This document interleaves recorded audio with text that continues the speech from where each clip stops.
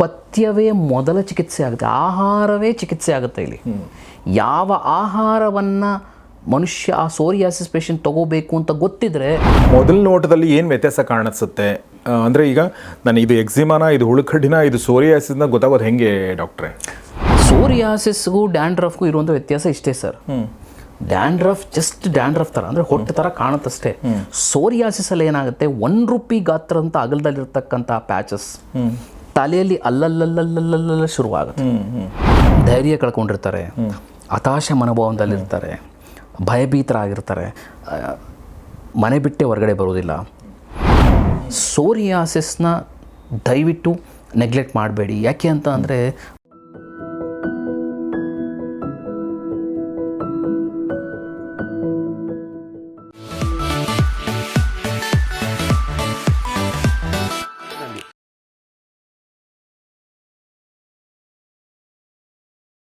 ಈಗ ಒಂದು ಪ್ರಮುಖವಾದ ವಿಚಾರ ಕೇಳ್ತೀನಿ, ಇದು ಕ್ಯೂರೇಬಲ್ಲ, ಇದನ್ನು ಗುಣಪಡಿಸ್ಬೋದಾ? ಹೇಗೆ ಗುಣಪಡಿಸೋದು ಅಂದರೆ ಹೇಗೆ ಗುಣಪಡಿಸೋಕ್ಕೆ ಸಾಧ್ಯ, ಎಷ್ಟು ಟೈಮ್ ತೊಗೊಳುತ್ತೆ, ಮತ್ತು ಏನು ಪ್ರಿಪ್ರೇಷನ್ ಮಾಡ್ಕೋಬೇಕಾಗುತ್ತೆ ದಯವಿಟ್ಟು? ಖಂಡಿತವಾಗಲೂ ಈ ಕಾಯಿಲೆಯನ್ನು ನಾವು ಎಚ್ಚರಿಕೆ ವಹಿಸಿದಲ್ಲಿ ಇದನ್ನು ನಾವು ಖಂಡಿತವಾಗ್ಲೂ ಗುಣಪಡಿಸ್ಬೋದು.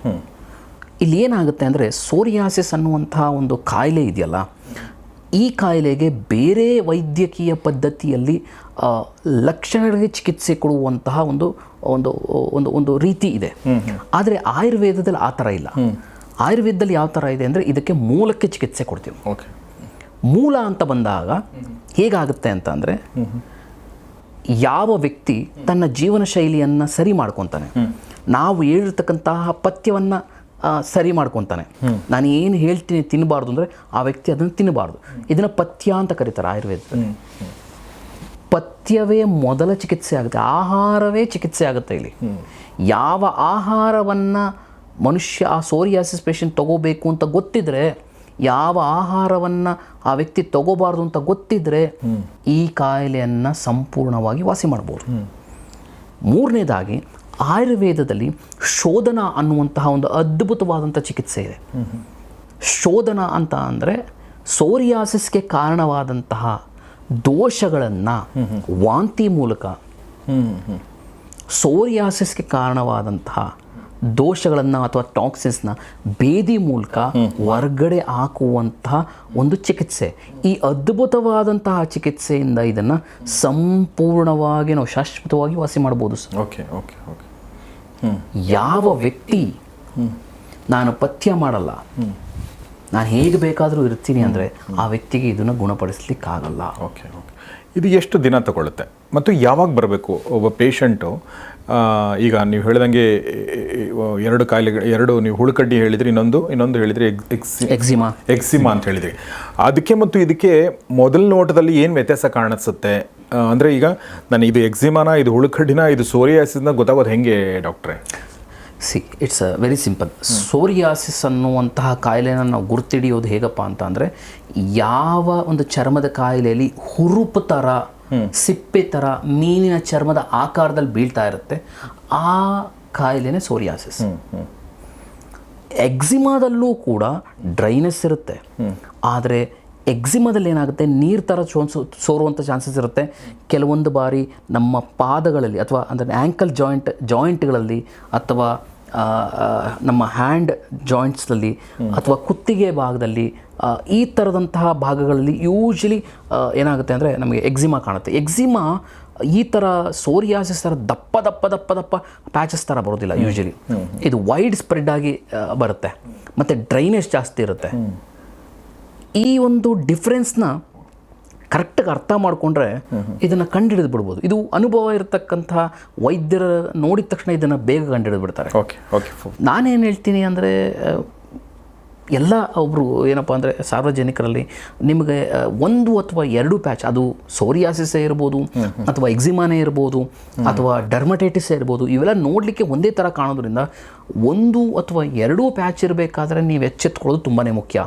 ಯಾಕೆ ಅಂತ ಅಂದರೆ, ಈ ಕಾಯಿಲೆನ ನಾವು ಬಿಟ್ಕೊತ ಹೋದಂಗೆಲ್ಲ ಹರಡೋದ್ರಿಂದ ಇದನ್ನು 1 ಅಥವಾ 2 ಪ್ಯಾಚ್ ಇರಬೇಕಾದ್ರೆ ಕ್ಯೂರ್ ಮಾಡೋದು ತುಂಬ ಸುಲಭ. ಎರಡನೇದಾಗಿ ಏನಂದರೆ, ರೋಗಿಗಿಂತ ಬಲವಾನಾಗಬಾರ್ದು. ಯಾವ ರೋಗ ರೋಗಿಗಿಂತ ಬಲವಾನಾಗುತ್ತೆ ಅದು ಇನ್ಕ್ಯೂರಬಲ್ ಆಗುತ್ತೆ. ಸೋರಿಯಾಸಿಸ್ ಕಾಯಿಲೆನ ಬಿಟ್ಕೊತಾ ಹೋದರೆ ಇದು ಮೈ ತುಂಬ ಹರಡೋದಲ್ಲದೆ ಉಗುರಿಗೂ ಮತ್ತು ಮೂಳೆಗೂ ಹೋಗುತ್ತೆ ಅಂತ ಬಹಳಷ್ಟು ಜನಕ್ಕೆ ಗೊತ್ತೇ ಇಲ್ಲ. ಕೊನೆಗೆ ಆ ಮನುಷ್ಯ ಎಲ್ಲೂ ಓಡಾಡದಂಥ ಸ್ಥಿತಿಗೆ ತಲುಪುವಂಥದ್ದನ್ನು ನಾನು ನೋಡಿದ್ದೀನಿ. ನಾನು ಡೈಲಿ ನೋಡ್ತೀನಿ. ನಾನು ಮೂಳೆಗಳೆಲ್ಲ ಡಿಜನ್ರೇಷನ್ ಆಗಿ ಸ್ಟಿಫ್ ಆಗಿ ಹೋಗ್ಬಿಡುತ್ತೆ. ನಾನು ಕೆಲವೊಂದು ಫೋಟೋಗ್ರಾಫ್ಸ್ನ ತೋರಿಸ್ಲಿಕ್ಕೆ ಇಷ್ಟಪಡಲ್ಲ, ಅಷ್ಟು ಒಂದು ಅತಿರೇಕಕ್ಕೆ ಹೋಗ್ತಾರೆ. ಈ ಸೋರಿಯಾಸಿಸ್ಸಿಂದ ಹಾರ್ಟ್ ಡಿಸೀಸ್ ಬರುತ್ತೆ, ಸ್ಟ್ರೋಕ್ ಬರುತ್ತೆ, ಡಯಾಬಿಟಿಸ್ ಬರುತ್ತೆ. ಈ ಥರದಂತಹ ಒಂದು ಕೆಟ್ಟ ಕಾಯಿಲೆ ಸೋರಿಯಾಸಿಸ್. ಸೋರಿಯಾಸಿಸ್ನ ದಯವಿಟ್ಟು ನೆಗ್ಲೆಕ್ಟ್ ಮಾಡಬೇಡಿ. ಯಾಕೆ ಅಂತ ಅಂದರೆ ಈ ಕಾಯಿಲೆ ನಿಮ್ಮನ್ನು ಮಾನಸಿಕವಾಗಿ, ಶಾರೀರಿಕವಾಗಿ, ಸಾಮಾಜಿಕವಾಗಿ ಜರ್ಜರಿತರನ್ನಾಗೂ ಮಾಡುವಂಥದ್ದನ್ನು ಡೈಲಿ ನೋಡೋದ್ರಿಂದ ಇದನ್ನು ಯಾವುದೋ ಒಂದು ಚರ್ಮದ ಕಾಯಿಲೆ, ಏನೋ ಒಂದು ಕ್ರೀಮು ಮತ್ತು ಆಯಿಂಟ್ಮೆಂಟಿಂದ ಇದನ್ನು ಗುಣಪಡಿಸ್ಕೊಳ್ಬೇಕು ಅನ್ನೋದನ್ನು ದಯವಿಟ್ಟು ಈ ಥರದಂತಹ ಒಂದು ಒಂದು ಒಂದು ಮನೋಭಾವನೆಯಲ್ಲಿ ಇರಬೇಡಿ.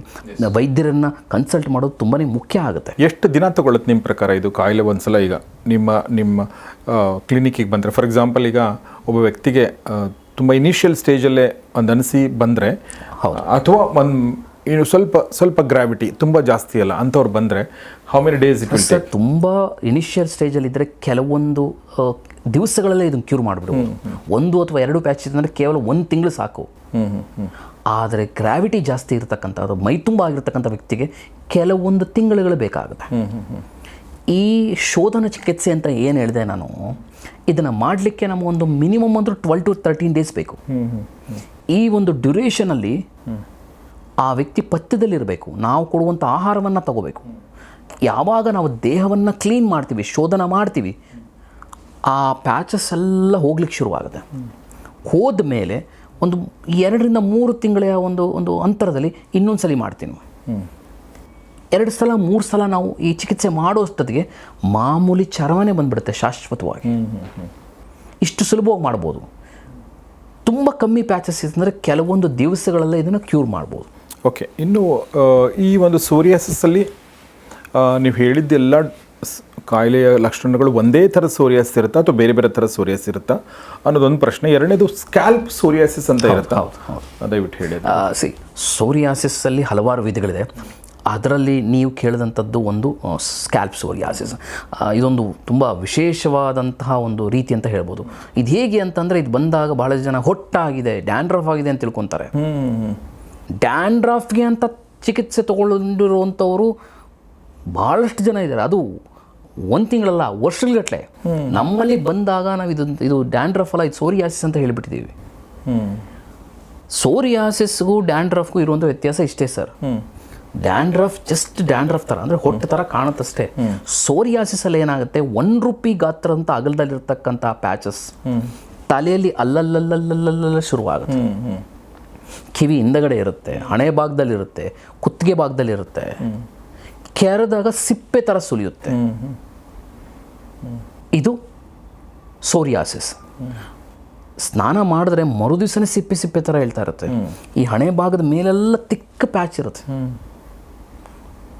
ಎಷ್ಟು ತಿಕ್ಕಿರುತ್ತೆ ಅಂತ ಅಂದರೆ, ಕೂಮ್ ಮಾಡಿದ್ರೆ ಒಂದು ಹುರುಪು ಥರ ಒಂದು ಪದರನೇ ಇದ್ದಳುತ್ತೆ. ಹೇರ್ ಫಾಲ್ ಇರುತ್ತೆ ಇಲ್ಲಿ ಬಹಳಷ್ಟು ಜನಕ್ಕೆ. ಲೆಕ್ಕ ಹಾಕಿ ಒಬ್ಬ ಮನುಷ್ಯನಿಗೆ ಏನಾದರೂ ಒಂದು ಚಿಕ್ಕ ಡ್ಯಾಂಡ್ರಫ್ ಆದರೆ ಎಷ್ಟು ಮುಜುಗರ ಆಗುತ್ತೆ. ನೀವು ಸೋರಿಯಾಸಿಸ್ ಪೇಷಂಟ್ನ ನಿಜವಾಗ್ಲೂ ನೋಡಿಬಿಟ್ರೆ ಆ ಕ್ಷಣದಲ್ಲೇ ಭಯಭೀತರಾಗ್ತೀರ. ಇದು ಸ್ಕ್ಯಾಲ್ಪ್ ಸೋರಿಯಾಸಿಸ್. ಇದು ಯಾವುದೇ ಥರದ ಶಾಂಪುಗಳು ಹೋಗುವಂಥ ಕಾಯಿಲೆ ಅಲ್ಲ.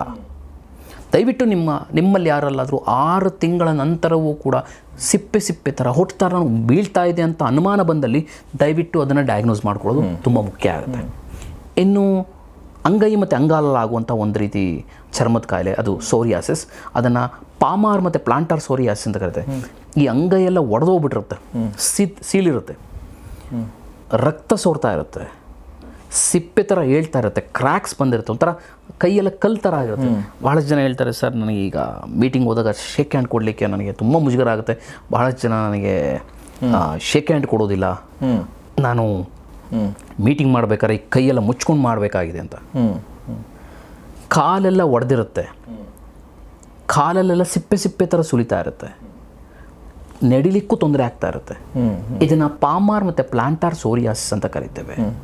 ಇನ್ನು ತೊಡೆ ಸಂಧಿಗಳಲ್ಲಿ, ಕಂಕಳ ಭಾಗದಲ್ಲಿ, ಹೊಟ್ಟೆ ಭಾಗದಲ್ಲಿ, ಅಂಡರ್ ದ ಬ್ರೆಸ್ಟ್ ಆಗುವಂಥ ಒಂದು ರೀತಿ ಸೋರಿಯಾಸಿಸ್, ಇದನ್ನು ನಾವು ಇನ್ವರ್ಸ್ ಸೋರಿಯಾಸಿಸ್ ಅಂತ ಕರಿತೇವೆ. ಇದು ಬಂದಾಗ ಬಹಳಷ್ಟು ಜನ ಫಂಗಲ್ ಇನ್ಫೆಕ್ಷನ್ ಆಗಿರುತ್ತೆ ಅಂತ ತಿಳ್ಕೊತಾರೆ. ದಯವಿಟ್ಟು ಇದು ಫಂಗಲ್ ಇನ್ಫೆಕ್ಷನ್ ಆಗಿಲ್ಲದೆ ಇರಬಹುದು ಕೂಡ. ಬಹಳಷ್ಟು ಜನ ಇದನ್ನು ಆ್ಯಂಟಿ ಫಂಗಲ್ ಕ್ರೀಮ್ನ ಬಳಸಿ ಕಮ್ಮಿ ಮಾಡಿಕೊಂಡು ಸಮಾಧಾನ ಮಾಡ್ಕೊಳ್ಳುವಂಥವ್ರನ್ನ ನೋಡಿದ್ದೀನಿ. ದಯವಿಟ್ಟು ಒಂದ್ಸರಿ ಡಯಾಗ್ನೋಸ್ ಮಾಡ್ಕೊಳ್ಳೋದು ಮುಖ್ಯ. ಸ್ಕಿನ್ ಫೋಲ್ಡಲ್ಲಿ ಆಗುವಂಥದ್ದನ್ನು ಇನ್ವರ್ಸ್ ಸೋರಿಯಾಸಿಸ್ ಅಂತ ಕರೀತಾರೆ. ಡಾಕ್ಟ್ರೆ, ಈಗ ಒಬ್ಬ ವ್ಯಕ್ತಿಗೆ ಈ ಥರ ಲಕ್ಷಣಗಳು ಬಂದರೆ ನೀವು ಹೇಳಿದಾಗೆ ಸ್ವಲ್ಪ ನಿಮಗೆ ನೋಡೋಕ್ಕೆ ಒಂದು ಸ್ವಲ್ಪ ನಿಮಗೆ ಅದು ಸ್ವಲ್ಪ ಭಯಾನಕವಾಗಿ ಕಾಣಿಸೋದ್ರಿಂದ ಒಬ್ಬ ವ್ಯಕ್ತಿ ಡಿಪ್ರೆಷನ್ಗೆ ಹೋಗೋ ಸಾಧ್ಯತೆ ಇದೆಯಾ? 100% ಸರ್. ಸೂಯಿಸೈಡಲ್ ಟೆಂಡೆನ್ಸಿ ಇರುತ್ತೆ. ಆತ್ಮಹತ್ಯೆ ಮನೋಭಾವಕ್ಕೆ ಬಂದುಬಿಡ್ತಾರೆ. ದಯವಿಟ್ಟು ಆ ಥರ ಯೋಚನೆ ಮಾಡೋದು ತಪ್ಪು. ಬಟ್ ನಾನು ಪೇಷಂಟ್ನ ಮನೋಸ್ಥಿತಿ ಬಗ್ಗೆ ಹೇಳಬೇಕಾದ್ರೆ, ಸೋರಿಯಾಸಿಸ್ ಪೇಷಂಟ್ಸ್ಗಲ್ಲಿ ಧೈರ್ಯ ಕಳ್ಕೊಂಡಿರ್ತಾರೆ, ಹತಾಶ ಮನೋಭಾವದಲ್ಲಿರ್ತಾರೆ, ಭಯಭೀತರಾಗಿರ್ತಾರೆ, ಮನೆ ಬಿಟ್ಟೆ ಹೊರಗಡೆ ಬರೋದಿಲ್ಲ, ನಾನೇನಕ್ಕೆ ಬದುಕಬೇಕು ಅನ್ನುವಂತಹ ಒಂದು ಮನೋಭಾವನೆಯಲ್ಲಿರ್ತಾರೆ. ಯಾಕೆ ಅಂತ ಅಂದರೆ, ಈಗ ಯಾವುದಾದ್ರೂ ಒಂದು ಕಾಯಿಲೆ ಒಳಗಡೆ ಬಂದರೆ ನಾವು ಹೇಗೋ ಮ್ಯಾನೇಜ್ ಮಾಡ್ಬೋದು, ಜೀವನದಲ್ಲಿ ಹೊರಗಡೆ ಹೋಗ್ಬೋದು, ಮಾತಾಡ್ಬೋದು. ಬಟ್ ಚರ್ಮಕ್ಕೆ ಬಂದಾಗ, ಈ ಥರದಂಥ ಕಾಯಿಲೆಗಳು ಬಂದಾಗ ಇದನ್ನು ಇಟ್ಕೊಂಡು ಓಡಾಡೋದಿದೆಯಲ್ಲ, ಇದು ನಾವು ಪ್ರತಿ ಕ್ಷಣವೂ ಕೂಡ ಸೊಸೈಟಿಯಲ್ಲಿ ಓಡಾಡಬೇಕಾದ್ರೆ, ಜನಗಳನ್ನು ಮಾತಾಡಿಸ್ಬೇಕಾದ್ರೆ ಇದು ಎದ್ದು ಕಾಣುತ್ತೆ. ಪ್ರತಿಯೊಬ್ಬರು ಕೂಡ ಚುಚ್ಚಿ ಮಾತಾಡುವಂಥ ಸಾಧ್ಯತೆಗಳಿರುತ್ತೆ. ದೂರ ಹೋಗ್ತಾರೆ, ಹತ್ರ ಬರಲ್ಲ. ಎಷ್ಟೋ ಜನ ಫಂಕ್ಷನ್ಗಳಿಗೆ ಹೋಗಿಲ್ಲ, ವರ್ಷಗಟ್ಟಲೆ ಹೋಗಿಲ್ಲ. ಈ ಥರದಂಥ ವಾತಾವರಣ ಇರೋದ್ರಿಂದ ಇವರು ಮಾನಸಿಕವಾಗಿ ಡಿಪ್ರೆಷನ್ಗೆ ಹೋಗ್ಬಿಡ್ತಾರೆ. ಸೊ ನಾನು ಆ ಟೈಮಲ್ಲಿ ಅವ್ರಿಗೆ ಹೇಳೋದಿಷ್ಟೇ, ದಯವಿಟ್ಟು ನೀವು ಮಾನಸಿಕವಾಗಿ ಎಷ್ಟು ಚೆನ್ನಾಗಿರ್ತೀರಿ, ನೀವು ಎಷ್ಟು ಸಂತೋಷವಾಗಿರ್ತೀರಿ, ಅಷ್ಟು ಬೇಗ ಇದನ್ನು ಕ್ಯೂರ್ ಮಾಡ್ಬೋದು. ಕ್ಯೂರ್ ಅನ್ನುವಂಥದ್ದು ದೇಹದಿಂದ ಸ್ಟಾರ್ಟ್ ಆಗಲ್ಲ, ನಮ್ಮ ಮನಸ್ಸಿಂದ ಸ್ಟಾರ್ಟ್ ಆಗೋದು. ಮಾನಸಿಕವಾಗಿ ಒಬ್ಬ ಮನುಷ್ಯ ಸದೃಢನಾಗಿದ್ದರೆ, ಧೈರ್ಯ ಇದ್ದರೆ, ಪಾಸಿಟಿವ್ ಆಗಿದ್ದರೆ ರೋಗವನ್ನು ಭಾಳ ಬೇಗ ಕ್ಯೂರ್ ಮಾಡ್ಬೋದು. ವಂಡರ್ಫುಲ್. ಡಾಕ್ಟ್ರೆ, ಫೈನಲಾಗಿ ಒಂದು ಪ್ರಶ್ನೆ ಕೇಳಬೇಕು ಅಂದ್ಕೊಂಡೆ. ಈಗ ಸೋರಿಯಾಸಿಸ್ ಬಗ್ಗೆ ಮಾತಾಡಿದ್ದು, ಬಟ್ ನಾವೆಲ್ಲರೂ ಕೂಡ ಚರ್ಮದ ಹೊದಿಕೆ ಮೇಲೇ ಬದುಕ್ತಾ ಇರೋದು. ಅಂದರೆ ಚರ್ಮ ಎಲ್ರಿಗೂ ಇದೆ. ಸೊ ಚರ್ಮದ ರಕ್ಷಣೆ ಅನ್ನೋದು, ಅದರ ಚರ್ಮದ ಸೇಫ್ ಗಾರ್ಡ್ ಮಾಡೋದು, ಚರ್ಮದ ಆರೋಗ್ಯದ ರಕ್ಷಣೆ ಬಗ್ಗೆ ಗಮನ ಹರಿಸೋದು, ಬರೀ ನಾವು ಚೆಂದ ಕಾಣಬೇಕಂತಷ್ಟೇ ಯೋಚನೆ ಮಾಡ್ತಿರ್ತೀವಿ. ಸ್ಕಿನ್ ಹೊಳಪಿದೆಯಾ, ಮುಖ ಚೆನ್ನಾಗಿ ಕಾಣಿಸ್ತಾ ಇದೆಯಾ ಅನ್ನೋದ್ರ ಬಗ್ಗೆ ಯೋಚನೆ ಮಾಡ್ತೀವಿ. ಬಟ್ ಇಡೀ ದೇಹದ ಸ್ಕಿನ್ ಬಗ್ಗೆ ಒಂದು ಅದ್ರ ಬಗ್ಗೆ ನಾವು ಅದರ ಸೇಫ್ ಗಾರ್ಡ್ ಮಾಡೋಕ್ಕೆ ಏನು ಪ್ರಿಕಾಷನ್ಸ್ ತೊಗೋಬೇಕು? ಸರ್, ಇಲ್ಲೇನಾಗುತ್ತೆ ಅಂತಂದರೆ, ಓವರಾಲ್ ನಮ್ಮ ದೇಹದ ಒಂದು ಪ್ರಕೃತಿ ಚರ್ಮದಲ್ಲಿ ಕಾಣುತ್ತೆ. ಇಲ್ಲಿ ನಾವು ಚರ್ಮದ ಆರೋಗ್ಯವನ್ನಕ್ಕೆ ಸಂಬಂಧಪಟ್ಟ ಹಾಗೆ ಒಬ್ಬ ಮನುಷ್ಯ ಪ್ರತಿ ವರ್ಷ ಕೂಡ ತನ್ನ ದೇಹವನ್ನು ಡಿಟಾಕ್ಸಿಫೈ ಮಾಡಿಕೊಳ್ಳೇಬೇಕು. ಓಕೆ.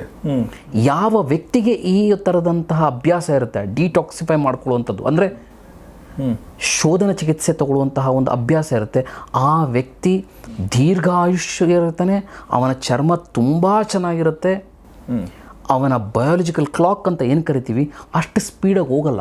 ಓಕೆ. ಈಗ ಡಿಟಾಕ್ಸ್ ಅಂದರೆ ಏನು ಮಾಡಬೇಕು ಆ್ಯಕ್ಚುಲಿ?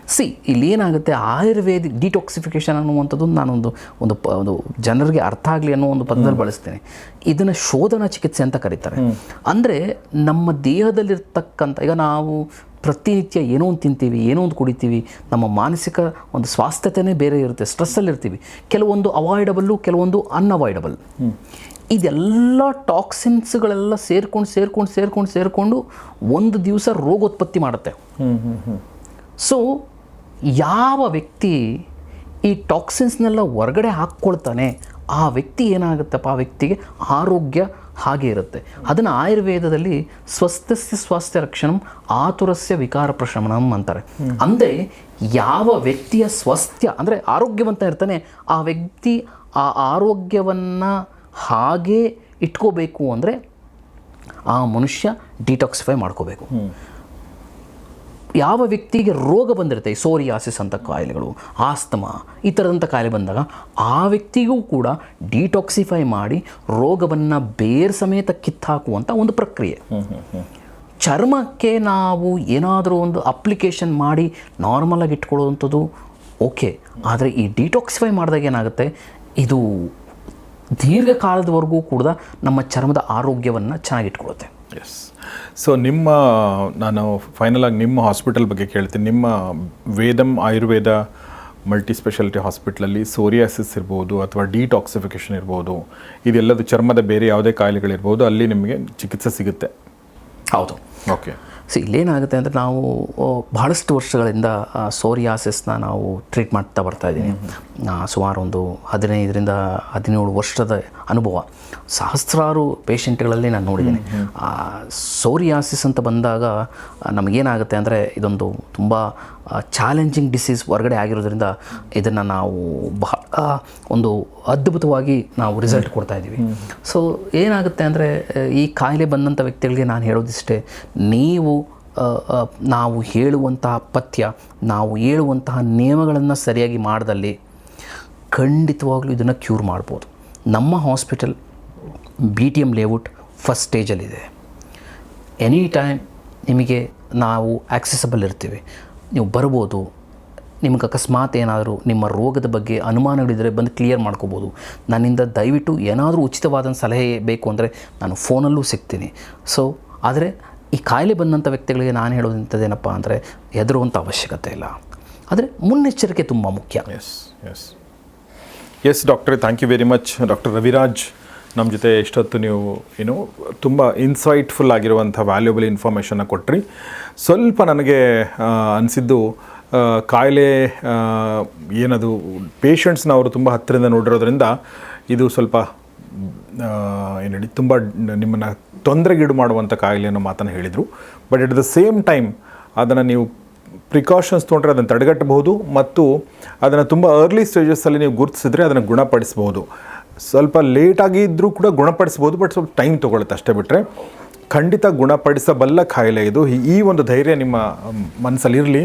ಅಕಸ್ಮಾತ್ ನಿಮಗೆ ಅಥವಾ ನಿಮ್ಮ ರಿಲೇಟಿವ್ಸ್ಗೆ ಸೋರಿಯಾಸಿಸ್ ಬಂದಿದ್ದರೆ. ಎರಡನೇದು, ನಾನು ಈ ಬೆಂಗಳೂರಲ್ಲಿ ಅಥವಾ ಬೇರೆ ಬೇರೆ ಕಡೆ ನೋಡಿದಾಗ ಚರ್ಮದ ಕಾಯಿಲೆ ಬಂದವರು, ಅಂದರೆ ಈ ಥರ ಸೋರಿಯಾಸಿಸ್ ಬಿಟ್ಟು ವೈಟ್ ಪ್ಯಾಚಸ್ ಎಲ್ಲ ಬಂದವರು ನಾರ್ಮಲ್ ಜೀವನ ಮಾಡ್ತಾ ಇರೋದು, ಓಡಾಡ್ಕೊಂಡಿರೋದು, ಅವರವ್ರ ತಮ್ಮ ಲೈಫಲ್ಲಿ ಬ್ಯುಸಿ ಆಗಿರೋದನ್ನು ನೋಡಿದಾಗ ನಂಗೆ ಖುಷಿ ಆಗುತ್ತೆ. ಜನರ ಮನಸ್ಸಲ್ಲಿ ಏನಾದರೂ ಇರಲಿ, ಜನ ಹತ್ತಿರ ಹೋಗಲಿ ಬಿಡಲಿ, ಬಟ್ ಅವ್ರ ಮನಸ್ಸಲ್ಲಿ ಏನೂ ಇಲ್ಲ. ದೇ ಆರ್ ಜಸ್ಟ್ ನಾರ್ಮಲಿ ಅವ್ರು ತಮ್ಮ ಕೆಲಸ ಮಾಡ್ಕೊಂಡಿದ್ದಾರೆ. ಬಟ್ ಸೋರಿಯಾಸಿಸ್ ವ್ಯಕ್ತಿಗಳು ಆ ಥರ ಮಾಡೋದು ಸ್ವಲ್ಪ ಕಷ್ಟ ಆಗುತ್ತೆ, ಬಿಕಾಸ್ ಆಫ್ ಅವ್ರ ತುರಿಕೆ ಮತ್ತು ಬೇರೆ ಬೇರೆ ಸಮಸ್ಯೆಗಳಿಂದಾಗಿ. ಸೊ ಹೀಗಾಗಿ ಆದಷ್ಟು ಬೇಗ ನೀವು ಸಾಧ್ಯವಾದಷ್ಟು ಬೇಗ ಡಾಕ್ಟರ್ ಹತ್ರ ಹೋಗಿ ನೀವು ಟ್ರೀಟ್ಮೆಂಟ್ ತೊಗೊಂಡು ಅದರಿಂದ ಗುಣಮುಖರಾಗಿ ಅಂತ ನಾನು ಕೇಳ್ಕೊಳ್ತೀನಿ. ಮತ್ತೊಂದು ಸಲ ತುಂಬ ಧನ್ಯವಾದ ಡಾಕ್ಟರ್ ರವಿರಾಜ್, ನಿಮಗೆ ಧನ್ಯವಾದ. Thank you very much. So ನಿಮ್ಮ ಈ ಒಂದು ವೇದಂ ಆಯುರ್ವೇದದ ಸೇವೆ ಹೀಗೆ ಮುಂದುವರಲಿ ಅಂತ ನಾನು ಹಾರೈಸ್ತೀನಿ. ಒಳ್ಳೆಯದಾಗಲಿ. Thank you very much. Thank you sir. So ಸ್ನೇಹಿತರೆ, ಇದು ಗೌರಿ ಶಕ್ತಿ ಸ್ಟುಡಿಯೋದ ವಿಶೇಷ ಕಾರ್ಯಕ್ರಮ, ಫ್ಯಾಮಿಲಿ ಡಾಕ್ಟರ್ ಕಾರ್ಯಕ್ರಮದಲ್ಲಿ ನಾವು ವೈದ್ಯಕೀಯ ಕ್ಷೇತ್ರದಲ್ಲಿರುವಂಥ ವ್ಯಕ್ತಿಗಳ ಜೊತೆ, ಅಂದರೆ ವೈದ್ಯರ ಜೊತೆ ಮಾತಾಡಿ ಬೇರೆ ಬೇರೆ ಕಾಯಿಲೆಗಳ ಬಗ್ಗೆ ಮಾತಾಡ್ತೀವಿ. ಕಳೆದ ವಾರವಷ್ಟೇ ನಾವು ಡಯಾಬಿಟಿಸ್ ಬಗ್ಗೆ ಮತ್ತೊಂದು ಸಲ ಮಾತಾಡಿದ್ದೀವಿ. ಯಾಕಂದರೆ ಡಯಾಬಿಟಿಸ್ ಬಗ್ಗೆ ನಾವು ಮಾತಾಡ್ತಾನೆ ಇರ್ತೀವಿ. ಆ ಒಂದು ಪ್ರೋಗ್ರಾಮ್ ಕೂಡ ನೀವು ನೋಡಿದರೆ ತುಂಬ ಇಷ್ಟಪಟ್ಟಿದ್ದೀರಾ ಮತ್ತು ಸಾಕಷ್ಟು ಜನ ನೀವು ಫೋನ್ಗಳನ್ನ ಮಾಡಿದ್ದೀರಂತ ಆ ಡಾಕ್ಟರ್ ಕೂಡ ಹೇಳಿದರು. ಸೊ ಅದೇ ಥರ ಸೋರಿಯಾಸಿಸ್ ಅಥವಾ ಯಾವುದೇ ಚರ್ಮದ ಕಾಯಿಲೆ ಬಂದರೆ ಯಾವುದೇ ಕಾರಣಕ್ಕೂ ನಿರ್ಲಕ್ಷ್ಯ ಮಾಡಬೇಡಿ ಮತ್ತು ಸಾಧ್ಯವಾದಷ್ಟು ಬೇಗ ಡಾಕ್ಟರನ್ನು ಸಂಪರ್ಕಿಸಿ. ನೀವು ವೇದಂ ಆಯುರ್ವೇದ ಮಲ್ಟಿ ಸ್ಪೆಷಾಲಿಟಿ ಹಾಸ್ಪಿಟಲ್ನ ಸಂಪರ್ಕಿಸಬೇಕು ಅಂದರೆ ಅವರ ಫೋನ್ ನಂಬರ್, ಅವರ ಕಾಂಟ್ಯಾಕ್ಟ್ ಡೀಟೇಲ್ಸ್ ನಮ್ಮ ಸ್ಕ್ರೀನ್ ಮೇಲೆ 2-3 ಸಲ ಬಂದಿದೆ ಮತ್ತು ಡಿಸ್ಕ್ರಿಪ್ಷನಲ್ಲೂ ಇದೆ, ಕಮೆಂಟ್ ಬಾಕ್ಸಲ್ಲೂ ಇದೆ. ನೀವು ಅವ್ರನ್ನ ಸಂಪರ್ಕಿಸಿ ಮತ್ತು ಧೈರ್ಯವಾಗಿ ಜೀವನವನ್ನು ಮತ್ತು ಈ ರೋಗವನ್ನು ಎದುರಿಸಿ ಮತ್ತು ಗುಣಮುಖರಾಗಿ ಹೊರಗಡೆ ಬನ್ನಿ ಅಂತ ನಾನು ಹಾರೈಸ್ತೀನಿ. ಮತ್ತು ಎಲ್ಲಕ್ಕಿಂತ ಮುಖ್ಯವಾಗಿ ಸರ್ ಹೇಳಿದಾಗೆ, ಡಾಕ್ಟ್ರ್ ಹೇಳಿದಾಗೆ, ನಮ್ಮ ಲೈಫ್ ಸ್ಟೈಲ್, ನಮ್ಮ ತಿನ್ನುವಂಥ ಆಹಾರ, ನಾವು ಏನು ಸ್ಟ್ರೆಸ್ ಮಾಡ್ಕೋತಾ ಇದ್ದೀವಿ, ಇದೆಲ್ಲದರಿಂದ ಕಾಯಿಲೆಗಳು ಉತ್ಪತ್ತಿ ಆಗ್ತವೆ. ಹೀಗಾಗಿ ಸಾಧ್ಯವಾದಷ್ಟು ಒಳ್ಳೆ ಆಹಾರವನ್ನು ಸೇವಿಸೋಣ, ಒಳ್ಳೆ ನೀರನ್ನು ಕುಡಿಯೋಣ ಮತ್ತು ಮನಸ್ಸನ್ನು ಮುಕ್ತವಾಗಿ ಸಂತೋಷವಾಗಿ ಇಟ್ಕೊಳ್ಳೋಣ. ಸಾಧ್ಯವಾದಷ್ಟು ಆ ಥರ ಮಾಡೋಣ. ನಮ್ಮ ಸುತ್ತಮುತ್ತಲಿನ ಪರಿಸರ ಕೂಡ ಹಾಗೆ ಇಟ್ಕೊಳ್ಳೋಣ ಅಂತ ಹೇಳ್ತಾ ಇವತ್ತಿನ ಈ ಎಪಿಸೋಡ್ ಮುಗಿಸ್ತಾ ಇದ್ದೀನಿ. ನೋಡ್ತಾರೆ ಗೌರಿ ಶಕ್ತಿ ಸ್ಟುಡಿಯೋ, ನೋಡ್ತಾರೆ ಫ್ಯಾಮಿಲಿ ಡಾಕ್ಟರ್ ಕಾರ್ಯಕ್ರಮ. ನಮಸ್ಕಾರ.